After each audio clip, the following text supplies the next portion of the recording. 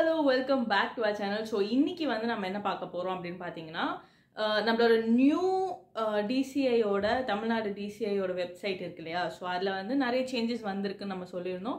So அதில் ஒரு சேஞ்சாக இருக்கக்கூடிய இந்த அப்பாயின்மெண்ட், ஸோ நம்ம வந்து DCI தமிழ்நாடு DCI வந்து போய் விசிட் பண்ணுறதுக்கு முன்னாடி ஒரு அப்பாயின்மெண்ட் வாங்கியிருக்கணும் அப்படின்னு சொல்லிட்டு ஒரு க்ரைட்டீரியா வச்சுருக்காங்க. ஸோ அதுக்கு வந்து எப்படி அப்பாயின்மெண்ட் ஃபிக்ஸ் பண்ணுறது அப்படின்னு சொல்லிட்டு நிறைய பேர் என்கிட்ட டவுட் கேட்டிருந்தீங்க.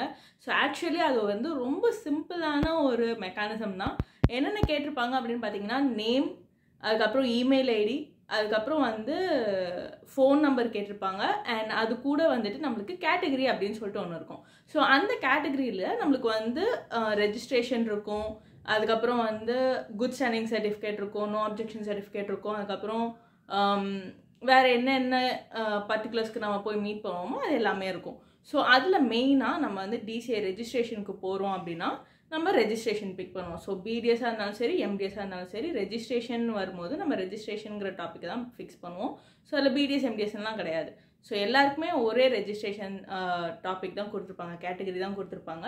ஸோ நம்ம வந்து அந்த ரெஜிஸ்ட்ரேஷன் கேட்டகரி கிளிக் பண்ணிவிட்டு கீழே வந்து டேட், சூஸ் யுவர் டேட் அப்படின்னு சொல்லிட்டு இருக்கும். ஸோ அதில் போனீங்கன்னா நமக்கு வந்து ட்ராப் பாக்ஸ் இருக்கும். ஸோ கேட்டகரிக்கும் ட்ராப் பாக்ஸ் தான், அண்ட் டேட்டுக்கும் வந்து ட்ராப் பாக்ஸ் தான். நீங்கள் ட்ராப் பாக்ஸில் வரக்கூடிய டேட்டை நீங்கள் செலக்ட் பண்ணும் போது அதில் அவைலபிலிட்டி இருக்கா இல்லையா, டைமிங் என்ன டைமிங் அவைலபிள் இருக்குது அப்படின்னு சொல்லிட்டு எல்லாமே காட்டும். ஸோ அதை நம்ம ஃபிக்ஸ் பண்ணிட்டோம் அப்படின்னா நம்மளுக்கு வந்து அப்பாயின்மெண்ட் கொடுத்துருவாங்க. ஸோ அந்த அப்பாயின்மெண்ட்டுக்குன்னு ஒரு கோடு ஒன்று இருக்குது. ஸோ அது வந்து உங்களுக்கு மெயில் வந்துடும். ஸோ இது ஜஸ்ட் ஒரு ஃபார்மாலிட்டிக்காக பண்ணக்கூடிய ஒரு விஷயம்.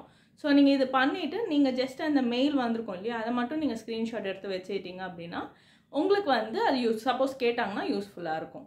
ஸோ அது தொடர்ந்து நம்ம வந்து அடுத்தடுத்த வீடியோவில் என்ன பார்க்க போகிறோம் அப்படின்னா, இந்த DCIயில் வரக்கூடிய இந்த BDS ரெஜிஸ்ட்ரேஷன், அதுக்கப்புறம் இந்த ID கார்டு எப்படி வாங்குறது, ஸ்மார்ட் கார்டு எப்படி வாங்குறது, ஸோ இது எல்லாமே வந்து ஒரு வீடியோவாக நம்ம அப்லோட் பண்ண போகிறோம்.